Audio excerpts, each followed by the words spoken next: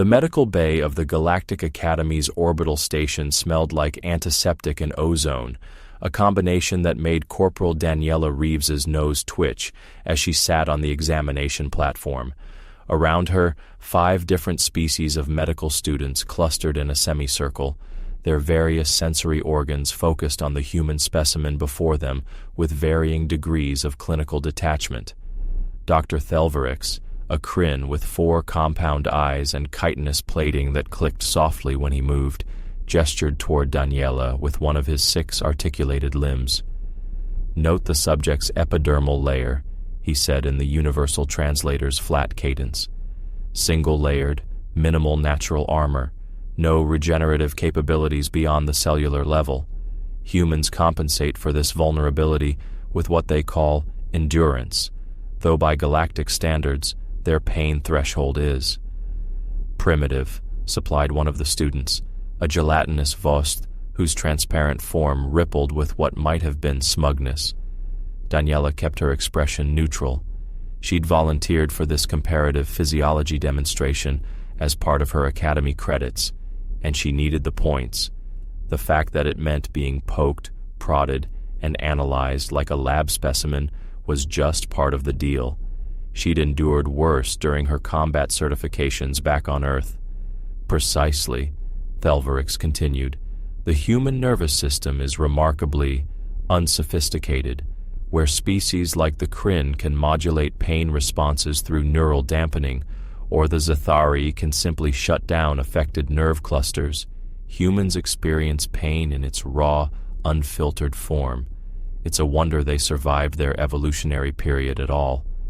A Zathari student, tall and crystalline with light pulsing through geometric patterns beneath her translucent skin, leaned forward. "Is it true they can't even voluntarily reduce blood flow to damaged areas?" "Correct. Their autonomic systems are largely beyond conscious control. Now, observe." Thelverix produced what looked like a silver needle, about 6 inches long. "This is a standard tissue sampler. For most species, I would administer a neural block or pain inhibitor. For humans, we simply proceed." He didn't wait for confirmation before pressing the needle against Daniela's forearm. She felt the sharp bite as it penetrated skin, then the deeper, duller ache as it went into muscle tissue. Her jaw tightened, but she kept her breathing steady, eyes fixed on a point on the far wall. It hurt. Hell yes, it hurt. But it was nothing compared to the compound fracture she'd gotten during zero-G combat training, or the time she dislocated her shoulder and had to pop it back in herself during a survival exercise. The students watched her face with the intense focus of predators studying prey. "Note the micro-expressions," Thelverix said, withdrawing the needle. "Facial muscles tense involuntarily. Pupils dilate. Heart rate increases. You can see the pulse point at her neck. All of this from a minor penetration that wouldn't even register for most of you. The human body essentially betrays itself, broadcasting vulnerability to potential threats." "Fascinating," the Vost burbled. "And they evolved as a predator species?" "Cooperative pack hunters, yes, though how they survived long enough to develop tool use remains a subject of xenobiological debate." Thelverix made a notation on his datapad, his multiple limbs moving in coordinated efficiency. Their advantage lay not in individual resilience, but in numbers, and, curiously, in their inability to recognize when they should logically give up. They call it stubbornness. We call it a failure of threat assessment. Daniela bit her tongue. She'd heard variations of this lecture a dozen times since arriving at the academy. Humans were soft. Humans were weak. Humans felt too much and thought too little. The fact that humanity had clawed its way to the galactic table through sheer bloody-minded determination didn't seem to factor into these assessments. "Now then," Thelverix said, turning to face her directly. "Corporal Reeves, would you describe your current pain level? Use the human scale of 1 to 10. 3, Daniela said flatly. Several students made sounds that the translator rendered as expressions of disbelief. "You must understand," Thelverix said to his class, that humans have a curious relationship with pain. They acknowledge it, yet often minimize it verbally. A defense mechanism, perhaps, or a cultural artifact from their tribal period. They have sayings, walk it off, rub some dirt on it, that suggest a collective delusion about their physical limitations. The Zathari students' light patterns shifted to a color that suggested curiosity. What would constitute a 10 on their scale? Catastrophic trauma, Thelverick said.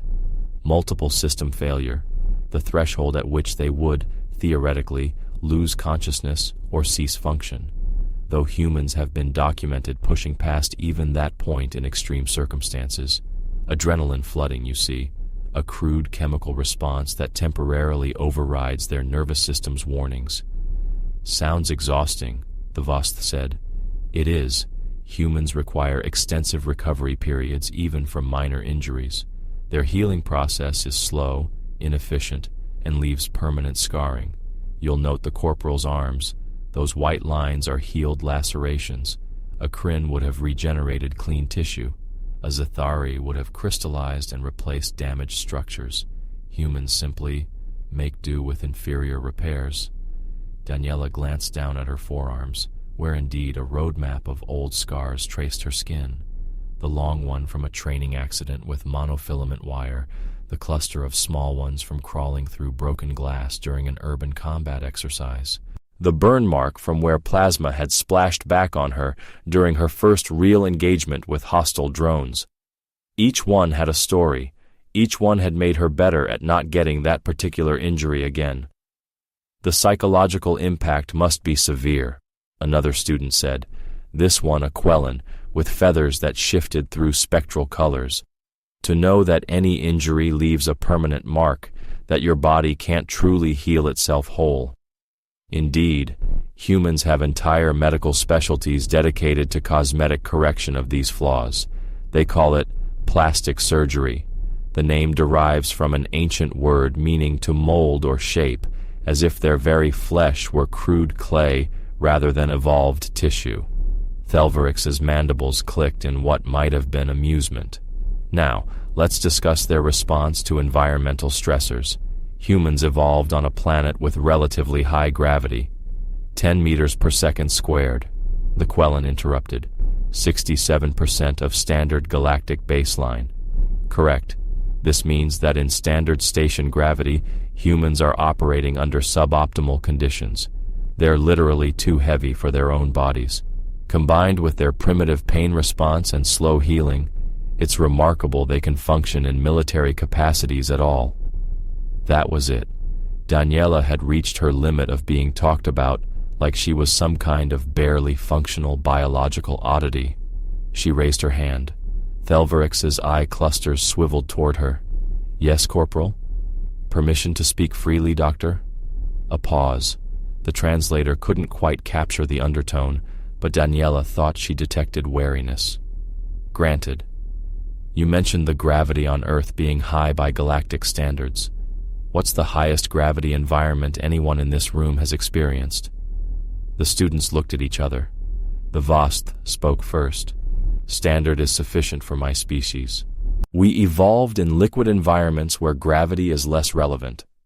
1.3 standard, the Zathari said. For crystal formation training. It was unpleasant. The Quellan ruffled feathers. 0.8 standard.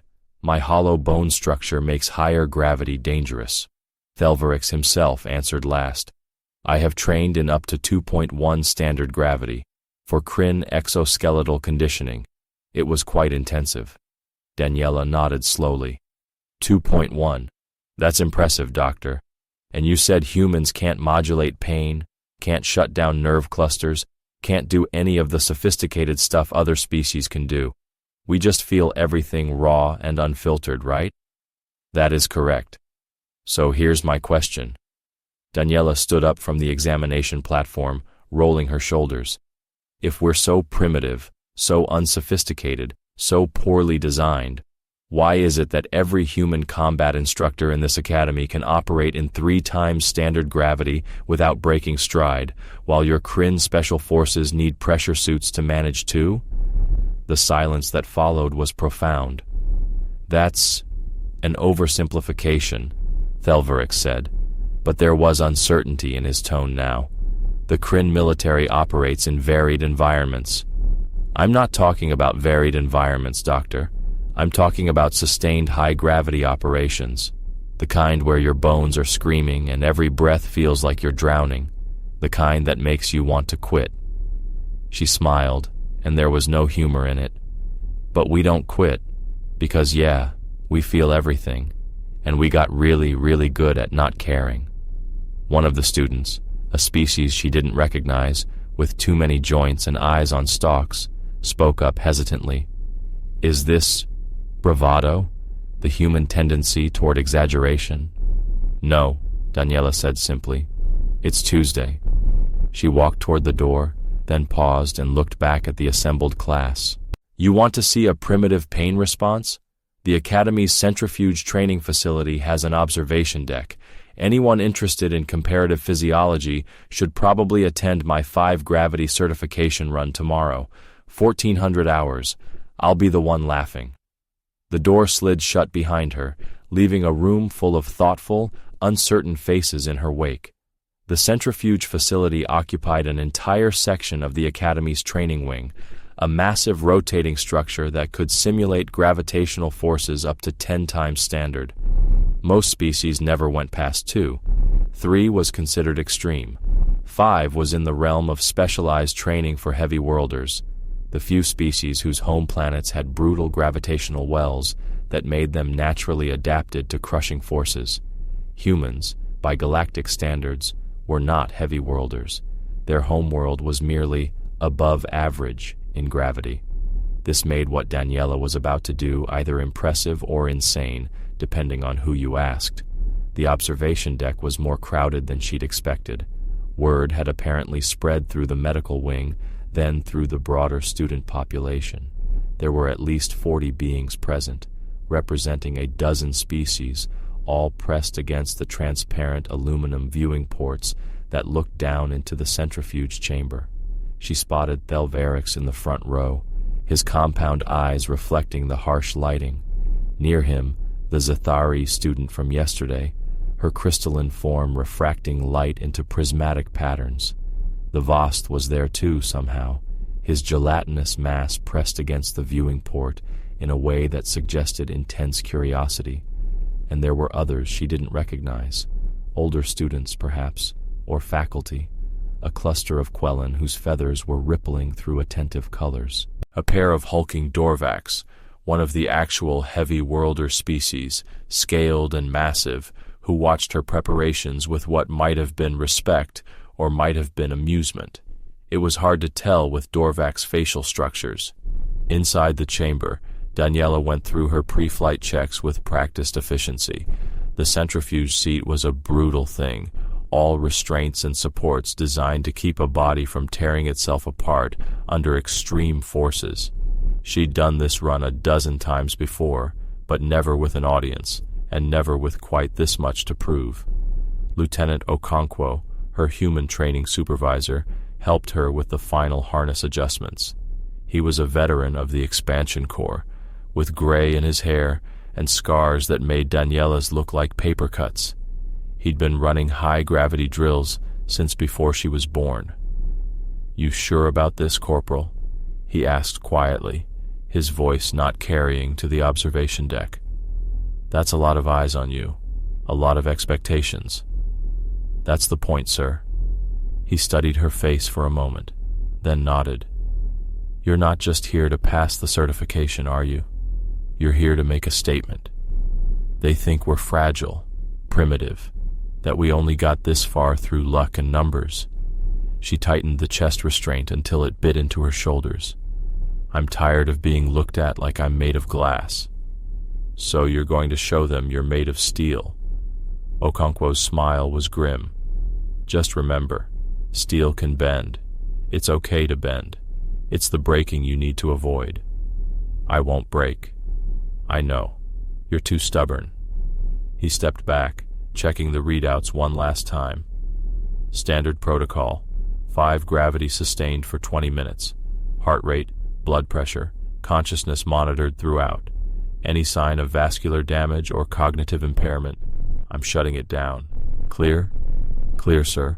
He moved toward the control booth, leaving her alone in the chamber. Through the viewing ports, she could see the assembled students pressing closer, their various sensory organs trained on her with predatory focus. She met Thelverix's compound gaze and gave him a lazy salute. The warning klaxon sounded. Red lights began rotating around the chamber's circumference.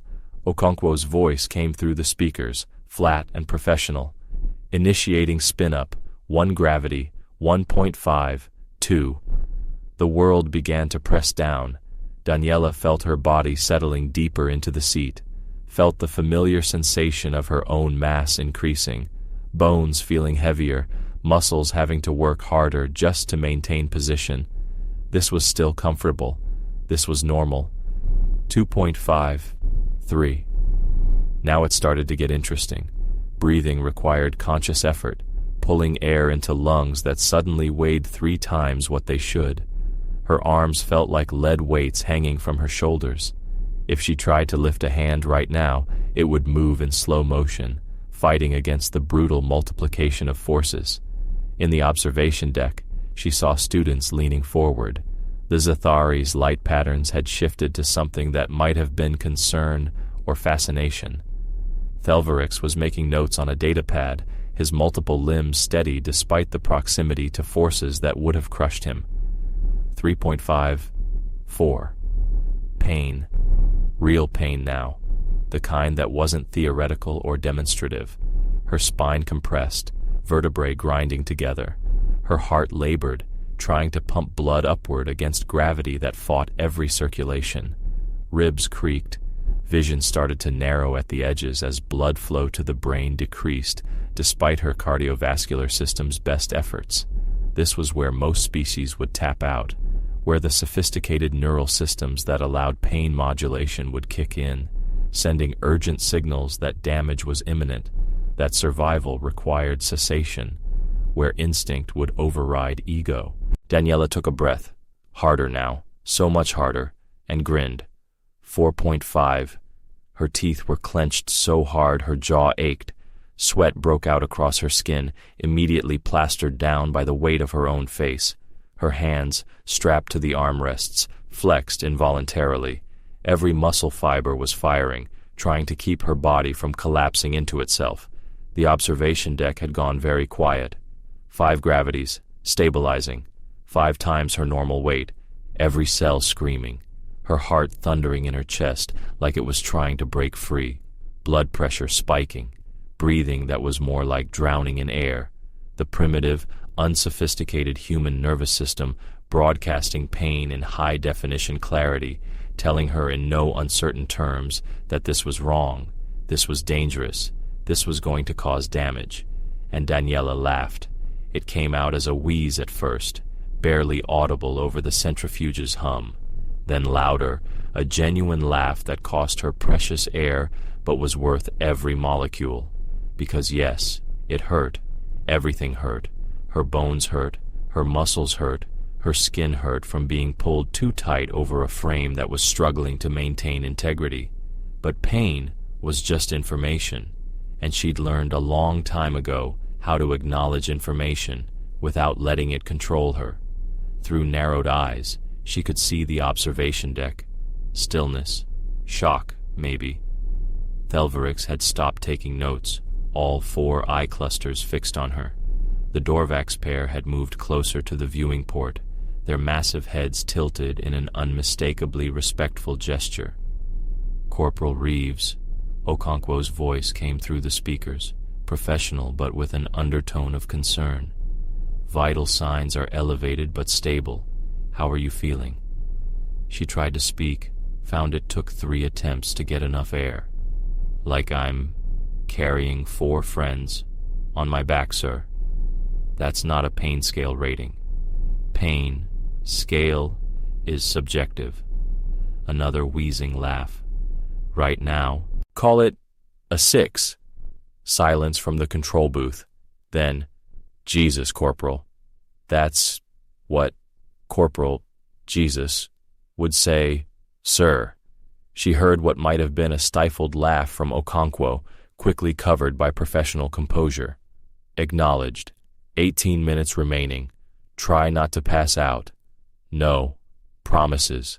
Time became strange under 5 gravities. Seconds stretched like taffy.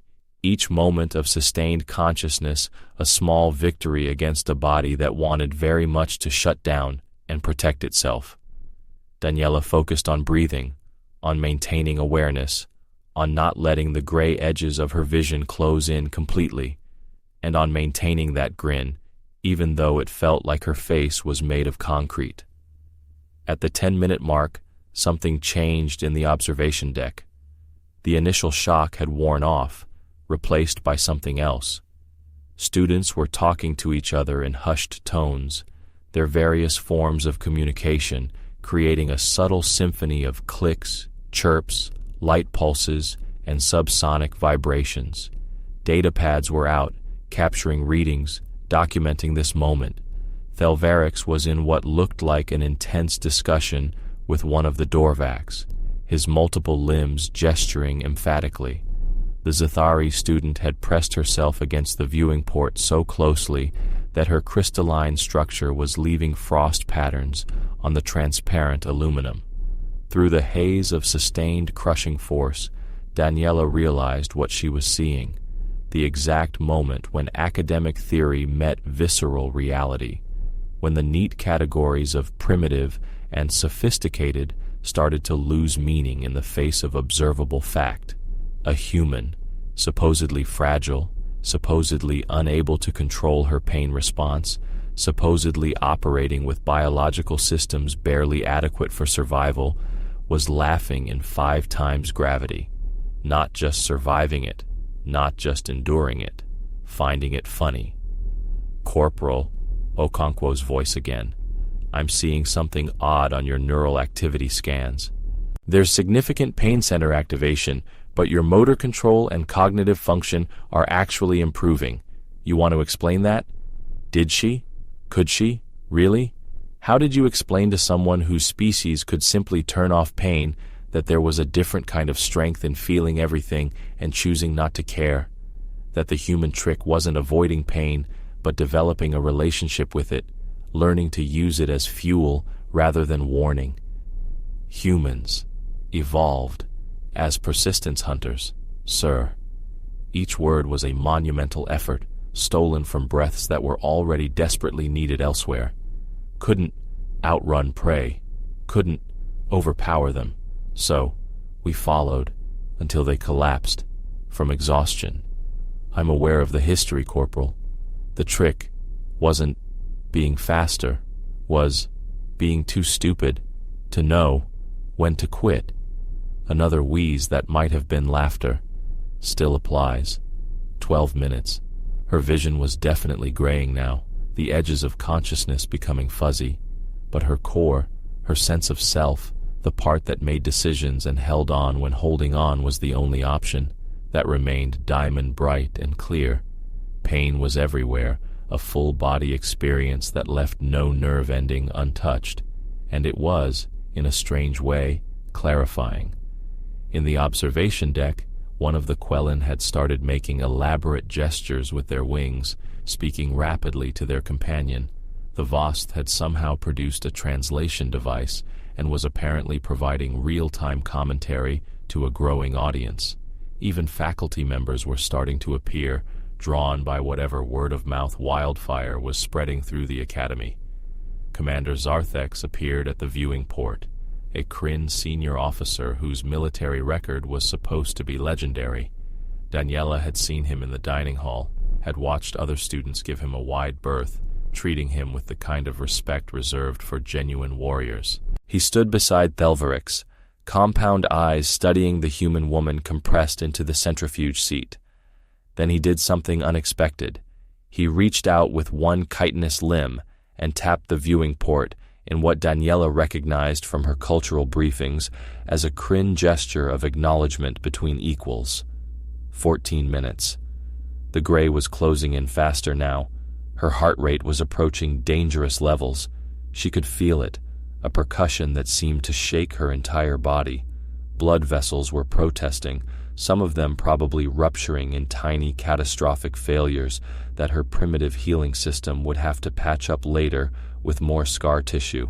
But her mind was still there, still functional, still aware, and that grin was still fixed on her face, even if it had become more of a rictus now, teeth bared against the crushing weight of her own body. "Corporal Reeves." Okonkwo's voice had shifted, carrying a note of genuine concern now. "Your blood pressure is approaching critical levels. I need you to acknowledge." "Acknowledged, sir." "I'm serious, Daniela. I will shut this down if you go any further into the red. Your cardiovascular system is not designed for this kind of sustained strain." 6 minutes left, sir. Can make it." "That's not the question. The question is, should you make it? There's proving a point, and then there's causing permanent damage." She wanted to argue, wanted to push back, but he was right. There was a line somewhere between impressive and stupid, and she was dancing on it. Her body was screaming at her in ways that transcended pain, moving into the realm of genuine system failure warnings. But 6 minutes, 6 more minutes, and she'd have completed the full certification run, would have done something that even heavy worlders treated with respect. 6 minutes, and she'd have proven beyond any possible academic argument that human primitivism was anything but weak. "I'm good, sir. Just tired. Christ." "You're operating at the edge of consciousness. Your blood pressure would give a cardiologist nightmares, and you're just tired." A pause. "You know what? Fine. You've got your 6 minutes. But if you pass out, I'm writing you up for showboating." "Worth it." 15 minutes. 16. The observation deck was packed now, a crowd of students and faculty pressed against every available viewing angle. Someone had apparently set up holographic recording equipment. This was going to be documented, analyzed, probably added to comparative physiology databases across a dozen academic institutions. Good. Let them analyze. Let them try to fit this into their neat categories of sophisticated neural control and efficient pain management. Let them explain how a species with no built-in damage reduction, no ability to shut down pain receptors, no biological advantages whatsoever in this scenario, could do this. 17 minutes. Her vision was almost gone now, just a tunnel of dim light in an ocean of encroaching darkness. Her heartbeat was so loud it drowned out the centrifuge's hum. Every breath felt like her last, like her lungs were made of concrete and couldn't possibly expand again. But they did, because that was the thing about humans. They did the impossible one more time, and then one more time after that, until impossible became routine. 18 minutes. Someone in the observation deck was shouting, but the translator couldn't keep up with whatever language they were using. The Dorvax pair were both tapping the viewing port now, a rhythmic sound that might have been applause or might have been their version of a war chant. 19 minutes. Daniela's grin had faded, not because she'd stopped finding it funny, but because her facial muscles simply couldn't maintain the expression anymore. Everything was shutting down except the core essentials. Heartbeat, breathing, consciousness, the trinity of survival, operating on fumes and spite. 20 minutes, Okonkwo announced. Initiating shutdown sequence. Corporal Reeves, you are clear to relax. The word relax was almost funny, as if she could relax, as if her muscles would simply release the death grip they'd maintained for 20 minutes of sustained crushing force. But the centrifuge began to slow, the world gradually releasing its stranglehold on her body. 5 gravities, 4.5, 4. As the gravity decreased, sensation returned in stages, each reduction bringing a new wave of awareness about what she'd just put her body through. At 3 gravities, she could feel the trembling in her muscles, the fine vibration of overtaxed fibers that had been pushed far past their normal operational parameters. At 2.5, the pain that had been a constant companion suddenly became sharp and specific. Her lower back, her shoulders, her jaw where she'd been clenching so hard. At 2 gravities, she could finally take a full breath without feeling like she was drowning. At 1.5, the observation deck erupted. Even through the thick, transparent aluminum, even with her hearing still somewhat compromised from the blood pressure fluctuations, Daniela could hear the noise. It wasn't quite applause. Different species had different ways of expressing approval, but it was unmistakably celebratory. The Quellan were creating harmonic whistles. The Dorvacs were striking their fists against the viewing port in rhythmic percussion, and even Thelverix was making a clicking sound that she'd learned meant approval among Kryn. Standard gravity. The centrifuge locked into place with a heavy clunk. The restraints retracted automatically, but Daniela made no immediate move to stand. Her body wasn't quite ready for that level of ambition yet. Lieutenant Okonkwo entered the chamber at a run, medkit in hand, professional concern written across his face. "Don't move. I need to check for hemorrhaging, vascular damage, possible stress fractures." "I'm fine," Daniela croaked, though her voice sounded like she'd been gargling gravel.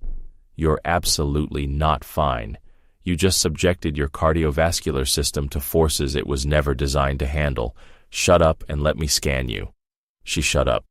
The medical scanner passed over her body in precise patterns, its display showing information that Okonkwo studied with intense focus.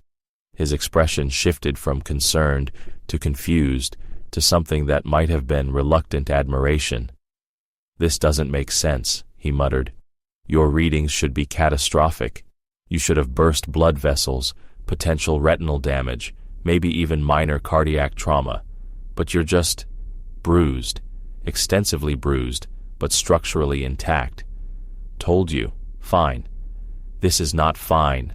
This is impossible, or at least improbable to the point of being." He stopped, shook his head. "You know what? I'm done trying to understand how you people work. You're cleared for movement, but take it slow. Your body just went through hell, even if it's not showing appropriate damage." Daniela nodded, then immediately regretted the motion as her neck muscles protested. Slowly, carefully, she levered herself out of the centrifuge seat. Her legs felt like jelly, but they held. That was something. The door to the observation deck opened, and the first wave of students poured through. They maintained a respectful distance. Most species had strong instincts about personal space, especially after witnessing potential violence or trauma, but their curiosity was palpable. Thelverix approached first, his multiple limbs moving in careful, measured patterns. "Corporal Reeves, that was—" He paused, and Daniela realized with some satisfaction that she'd rendered the verbose doctor momentarily speechless. "Educational. Glad I could contribute to your comparative physiology studies, Doctor. You misunderstand. What I witnessed today calls into question several foundational assumptions about biological stress response and neural pain management. I'll need to revise significant portions of my curriculum." The Zathari student pushed forward, her crystalline structure pulsing with colors that Daniela's cultural briefing identified as respect mixed with confusion. How? The pain should have been incapacitating. Even with human stubbornness, the body should have forced shutdown long before 20 minutes. Daniela leaned against the centrifuge housing, trying to look casual, despite the fact that every muscle in her body was screaming. "You're thinking about it wrong. Pain isn't the problem. Pain is just your body telling you what's happening. The problem is thinking that pain means you have to stop." "But that's the evolutionary purpose of pain," one of the Quellan interjected, feathers rustling with agitation. "It's a warning system. Ignoring warnings leads to death. Sure, if you're alone, but humans didn't evolve alone. We evolved in groups, in tribes, and when you're part of a tribe, sometimes your individual survival takes a back seat to the group's needs." She gestured around at the assembled students. "You all see pain as a stop signal. We learned to see it as an override request, and like any request, it can be denied." Commander Zarthex stepped forward, his chitinous armor gleaming under the harsh lights. When he spoke, His voice carried the weight of authority earned through decades of military service. In my 40 years of service to the Kryn Territorial Defense Force, I have worked with 17 different species. I have seen Dorvax heavy infantry hold defensive positions under artillery bombardment. I have watched Quellan pilots fly through radiation storms that would kill most beings. I have commanded Zethari strike teams who infiltrated enemy positions against impossible odds. He paused, compound eyes fixed on Daniela. But I have never seen anything quite like what you just did. That wasn't just endurance. That was defiance of biological limits that should be absolute. Daniela straightened up as much as her protesting body would allow. With respect, Commander, those limits are only absolute if you accept them. You were laughing. This from the Vost, his gelatinous form quivering with what might have been distress. At 10 minutes, under 5 gravities, experiencing catastrophic pain levels, you were laughing. I don't understand. Yeah, well, Daniela managed a tired smile. That's kind of the human secret, isn't it? We don't understand it either. We just do it. More students were pressing in now, questions flying faster than the translator could keep up. What was her training regimen? How did she prepare mentally? Were all humans capable of this? Could it be taught? Were there pharmaceutical enhancements involved? Okonkwo stepped in, placing himself between Daniela and the crowd with practiced efficiency. All right, that's enough. The corporal just completed an extreme certification run and needs medical observation and recovery time. If you have questions, submit them through proper academic channels. There were sounds of disappointment from multiple species, but the crowd began to disperse, except for Commander Zarthex, who remained, studying Daniela with an intensity that made her suddenly aware of how much her uniform was soaked with sweat. "Corporal," he said quietly, "I would like to speak with you tomorrow, if you're recovered. There's a joint species combat training exercise scheduled for next month. I'm assembling a team, and I believe your perspective would be valuable." Daniela blinked. Joint species combat training was elite-level stuff, the kind of thing that career officers competed for. "I'm just a first-year cadet, sir. There must be more qualified. I don't want qualified. I want effective." His mandibles clicked in what she'd learned was a Kryn smile. "Today you demonstrated something I've suspected for some time, that humans' supposed weaknesses are actually a completely different kind of strength. I want to see if that strength can be integrated into tactical doctrine." Yes, sir. Thank you, sir." He nodded once, then turned and strode from the chamber, leaving Daniela alone with Okonkwo and a handful of lingering students who were trying very hard to look like they weren't staring. The medical bay again, but this time as a patient rather than a demonstration subject. Daniela lay on the examination platform, while automated scanners moved over her body in precise patterns, documenting the damage she'd done to herself in the name of proving a point. Okonkwo sat at the control console, reviewing readouts with an expression that cycled between professional concern and exasperated amusement. "You're going to feel like death for about 3 days," he announced cheerfully. "Muscle strain across 90% of your body, minor vascular damage in your extremities, vertebral compression that's going to make standing up straight an adventure. Nothing permanent, but nothing pleasant either." "Worth it," Daniela said, and meant it. "I'm sure. You certainly made an impression." He pulled up a holographic display showing what looked like a social media feed, the Academy's internal network, where students shared information and commentary. "You're trending. Human corporal laughs at death is apparently the hot topic in every xenobiology discussion group on the station." Daniela groaned, though whether from the physical pain or the social attention was hard to say. That's not going to help with the humans are weird reputation we're trying to shake. Maybe we've been going about it wrong. Maybe instead of trying to prove we're not weird, we should lean into it. Own the weirdness. Make it our strength. He flicked through several more posts, his smile growing. Listen to this one. Witnessed human subject maintain consciousness and motor control under 5 standard gravity for full 20-minute certification period. Subject displayed positive affect throughout, requesting immediate revision of human baseline physiology parameters. That's from a Zathari xenobiology professor. Positive affect, Daniela repeated. I was laughing like a maniac. Technically accurate description, though, isn't it? You were experiencing what they'd classify as positive emotions while under extreme duress. That breaks their models. He closed the display and turned to face her directly. You know what's really interesting? 3 other human cadets have already signed up for 5 gravity certification runs this week. You started something. That gave Daniela pause.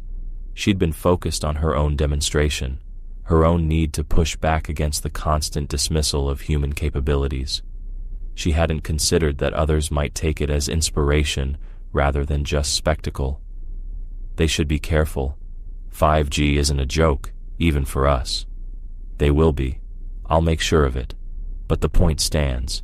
You showed them something today. Showed all of them. He gestured vaguely toward the door, encompassing the academy and everyone in it. For months, humans have been the new kids, the primitives, the species that got lucky. Today you reminded everyone that luck had nothing to do with how we got here. The scanner completed its final pass and retracted with a soft hum.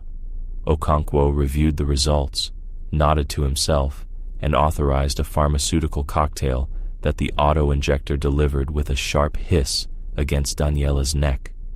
Immediately, the worst of the pain began to recede, replaced by a warm numbness that was probably going to make walking interesting. Anti-inflammatories, muscle relaxants, and something for the inevitable headache, Okonkwo explained. You're off active duty for 72 hours. Rest, recovery, and light activity only. No training, no demonstrations, no showing off for impressed aliens. Yes, sir. I mean it, Corporal. Your body needs time to repair itself.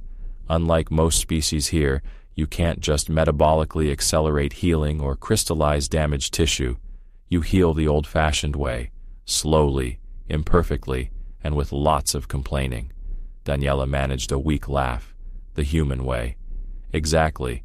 Now get out of here before someone else shows up wanting to study you. She slid off the examination platform, testing her legs. They held, though everything felt distant and slightly unreal thanks to the pharmaceutical cocktail.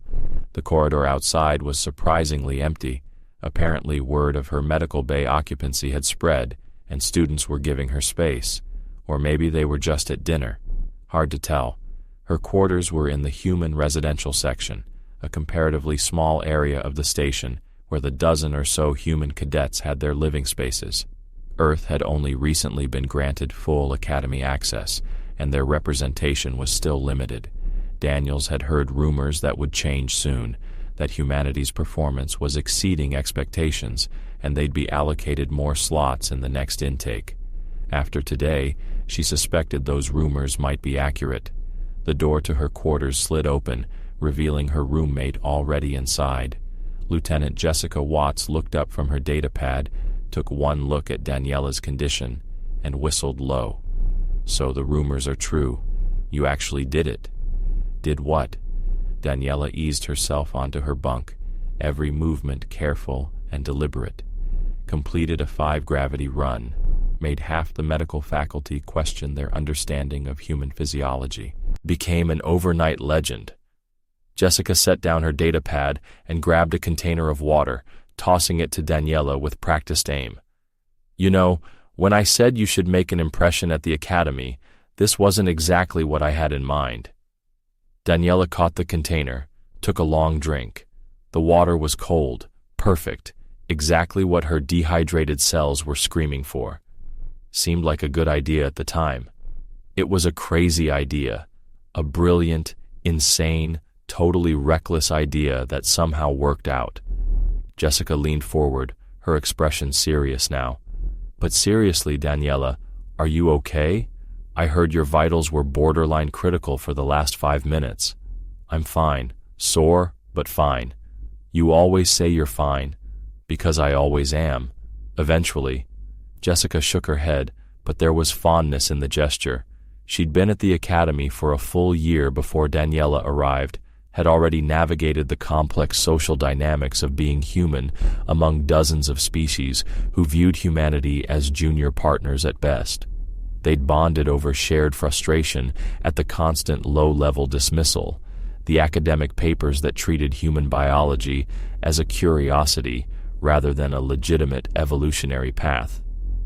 "Commander Zarthex came by looking for you," Jessica said. "Left a message saying to contact him when you're recovered. Something about a training opportunity?" "Yeah, he mentioned that. Joint species combat exercise." Daniela finished the water, feeling marginally more human. "He wants me on his team."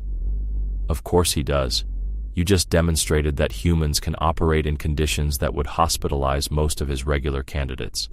Jessica pulled up something on her datapad, frowned at it.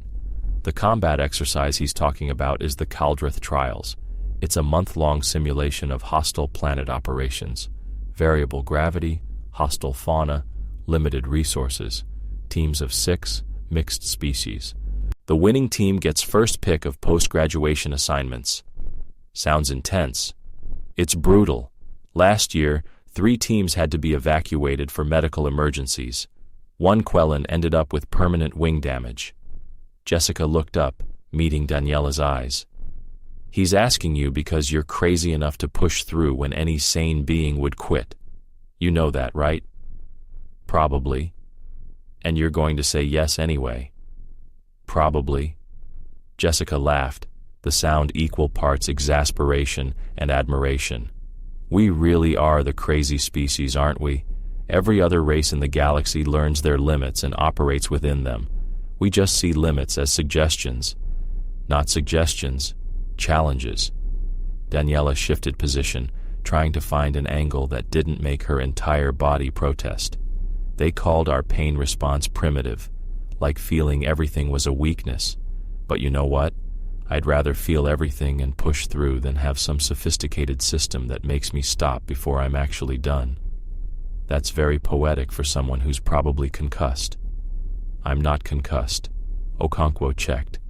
"Still, get some sleep. You're going to need it if you're seriously considering the Caldrith Trials." Jessica stood, stretched. "I'm heading to the dining hall. Want me to bring you back something?" "Protein. Lots of protein. And carbs. All the carbs. The human diet. Coming right up." After Jessica left, Daniela lay back on her bunk and stared at the ceiling. Her body ached in ways that transcended simple pain, a deep bone weariness that was already promising days of discomfort ahead. But underneath that, there was something else. Satisfaction, maybe. Pride, definitely.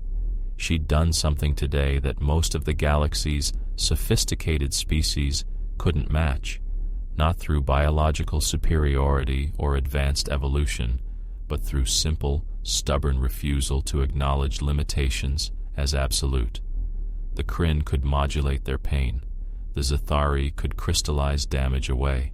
The Vost didn't even have a solid form to damage, but none of them could do what she'd done: feel everything, acknowledge everything, and keep going anyway. Her communicator chimed, a message from an unknown contact, though the Academy system identified the sender as Dr. Thelverix. She opened it, half expecting another lecture about primitive physiology. Instead, "Corporal Reeves, I owe you an apology. My assessment of human capabilities was based on incomplete data and, I now realize, significant cultural bias. Your demonstration today has prompted a complete review of human baseline parameters in my curriculum. I would appreciate the opportunity to interview you about your training methods and mental preparation techniques, if you're willing. Respectfully, Dr. Thelverix." Daniela read it twice, making sure she wasn't hallucinating from the pain medication. An apology. From the doctor who'd spent an hour yesterday explaining in clinical detail exactly how inferior human biology was compared to every other species in the galaxy. She composed a reply. "Doctor, apology accepted. Happy to discuss training methods once I'm off medical restriction. One correction, though. You called it mental preparation. We just call it Tuesday. Corporal Reeves. Send. 3 days later, Daniela stood in Commander Zarthex's office, her body still protesting but functional. The office was sparse by human standards. Kryn didn't go in for decorative touches, but the walls were lined with commendations and campaign markers that spoke to decades of military service across a dozen conflicts. The commander himself sat behind a desk that looked like it had been carved from a single piece of dark stone, his compound eyes reflecting the light from multiple angles as he studied her.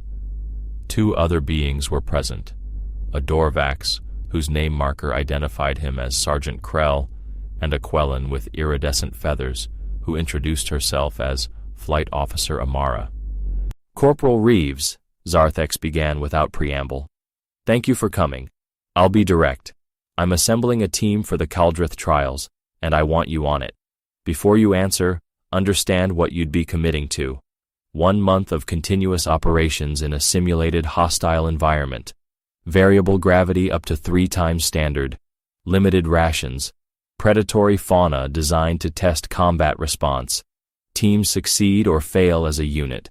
There are no individual victories. Daniela had done her research over the past 3 days. The Kaldrith trials were legendary, a proving ground that separated competent soldiers from exceptional ones. Failure was common. Success was career-defining.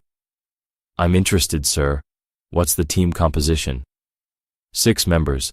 Myself as team leader, Sergeant Krell for heavy combat operations, Flight Officer Amara for reconnaissance and aerial support. He gestured to each in turn. I'm recruiting 3 more, a Zathari infiltration specialist, a Vost medic, and you. Why me specifically, sir? I'm sure there are more experienced human candidates. There are, but I don't want experience.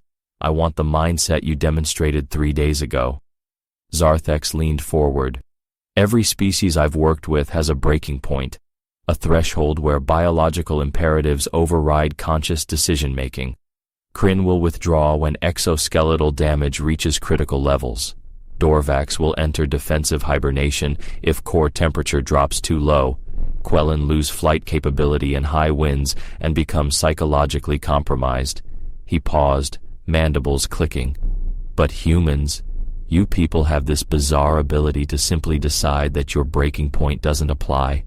I watched you maintain combat effectiveness at 5 times standard gravity while your body was actively failing. That's not training. That's not conditioning. That's a fundamental difference in how your species processes limitations. Sergeant Krell spoke up, his voice like grinding rocks. Commander speaks truth. I have trained with humans before. In high-gravity operations on Tarvos 3rd, human squad held position for 18 hours, while Dorvax reinforcements required rotation every 6. Not because humans are stronger, we are stronger. Because humans are too stupid to quit. He said it without malice, almost with admiration. Daniela decided to take it as a compliment. The Kaldrith trials will push every member of this team past their normal operational limits, Flight Officer Amara added, her feathers rustling as she spoke.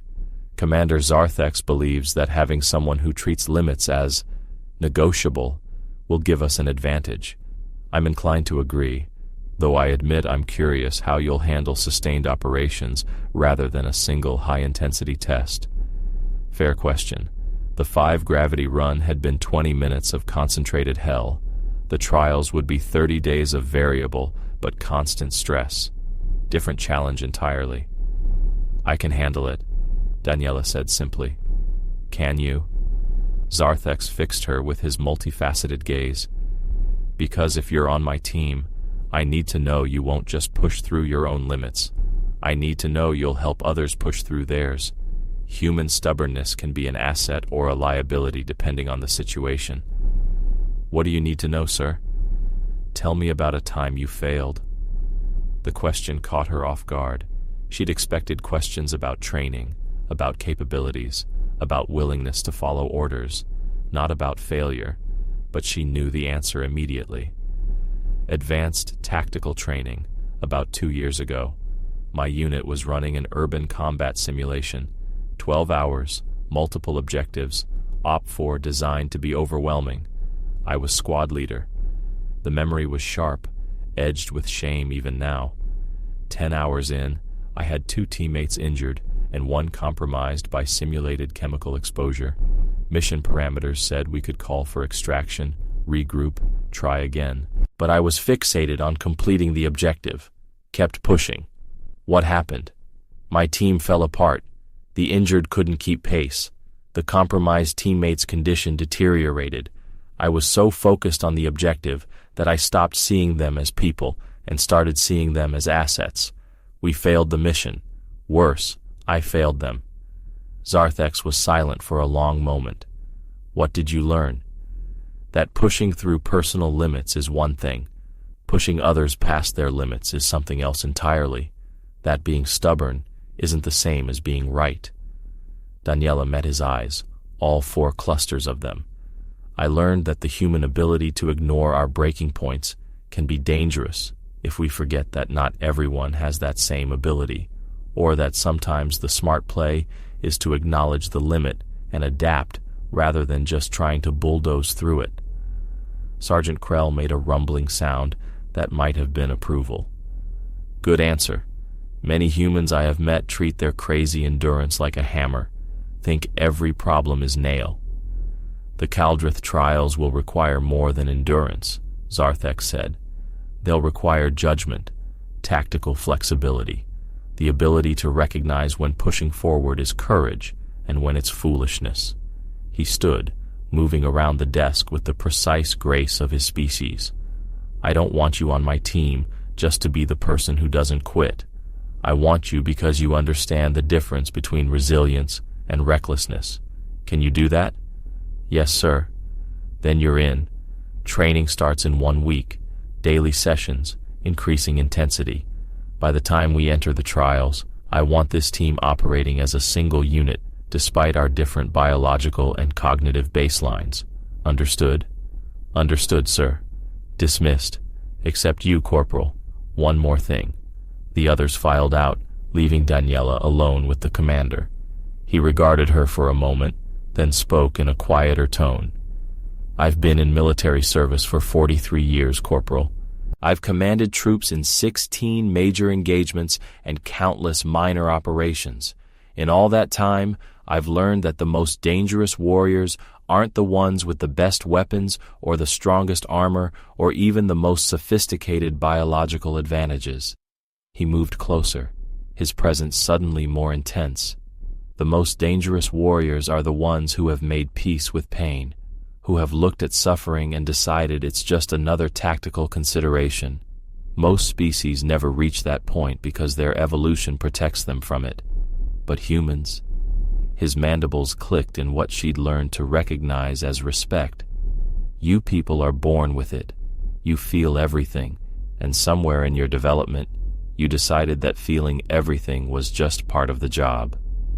I'm not sure we decided it, sir. It's just how we are. Perhaps, but you've weaponized it, turned a vulnerability into a strength.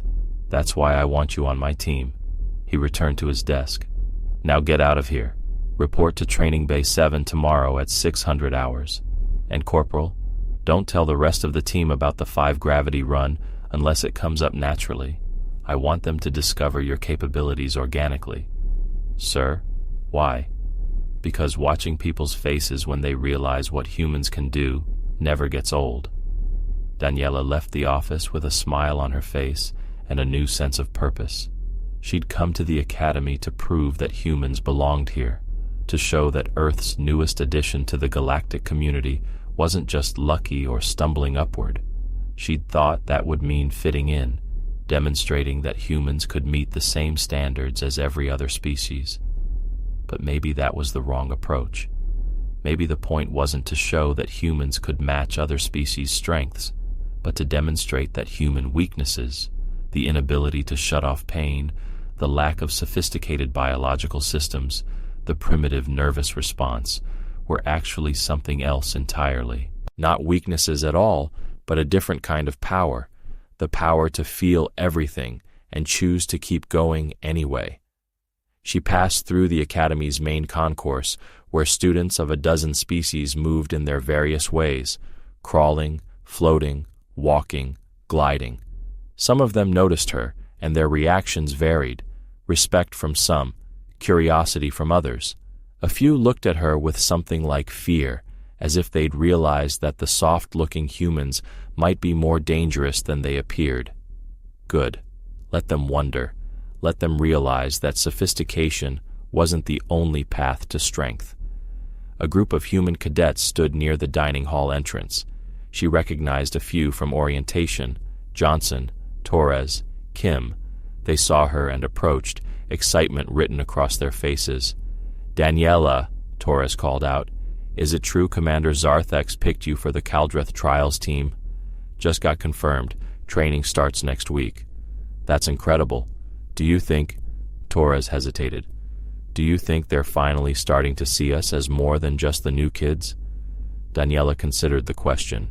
3 days ago, she'd have said maybe, hopefully, if we prove ourselves enough. But after the centrifuge run, after the meeting with Zarthex, after seeing how quickly academic assumptions could be overturned by simple demonstration, "I think they're starting to understand that new doesn't mean inferior," she said, "and that humans have been doing the impossible so long we forgot it was supposed to be impossible." Kim laughed. "I heard someone in my xenobiology class call humans the spite-based species, like our entire evolutionary strategy was just being too stubborn to go extinct." "Sounds about right," Johnson added. "My combat instructor, a Kryn veteran, told me yesterday that humans are tactically inconvenient because we don't stop when we're supposed to stop. I think he meant it as a compliment." "Definitely a compliment," Daniela confirmed. "Embrace it. They called our pain response primitive. They meant it as an insult. But you know what? Let them think we're primitive. Let them underestimate us. And then let's show them exactly what primitives can do when they decide to stop caring about limits." She left them there, energized and talking amongst themselves about upcoming training sessions and certification runs. Word would spread. More humans would push boundaries, demonstrate capabilities, force the galaxy to recalibrate its assumptions. Back in her quarters, Jessica was waiting with an expression somewhere between excitement and exasperation. "You said yes to the trials." "I said yes to the trials." "You're insane." "Probably. But also kind of amazing." Jessica pulled her into a careful hug, mindful of the still healing muscles. "Go show them what we're made of, and try not to laugh in any more death-defying situations. It freaks people out." No promises. That night, lying in her bunk and staring at the ceiling, Daniela thought about pain, about how every species in the galaxy had found ways to manage it, control it, minimize it, about how humans hadn't found that evolutionary path, had instead just decided to acknowledge pain's existence and keep going anyway. They called it primitive. They called it unsophisticated. They called it a failure of biological design. But Daniela had seen the faces in the observation deck, had heard the stunned silence, had watched as beings who could shut off their pain receptors at will realized they couldn't match what she'd done. Not because they lacked capability, but because their sophisticated systems protected them from even trying. Humans didn't have that protection. Humans felt everything. And somewhere in their violent, struggle-filled evolutionary history, they'd learned that feeling everything wasn't a weakness. It was just information, data to be processed, acknowledged, and then filed away while you got on with the business of surviving. 5 gravity runs. Persistence hunting. Walking on broken legs because the tribe needed you. Fighting past the point where fighting was logical because giving up wasn't in the equation. Primitive? Maybe. But primitive had gotten humanity to the stars. Primitive had earned them a place at the galactic table. Primitive had made a Kryn commander with 40 years of experience decide that what his elite team needed was someone who laughed at 5 times standard gravity. Daniela closed her eyes, feeling the ache in her muscles, the deep bone weariness that was still working its way out of her system. Tomorrow she'd start training for the Kaldrith trials. She'd push herself and 5 other beings through conditions designed to break them, and she'd show them all that the human ability to simply refuse to break wasn't a biological quirk. It was a superpower, and they were only just beginning to understand what that meant.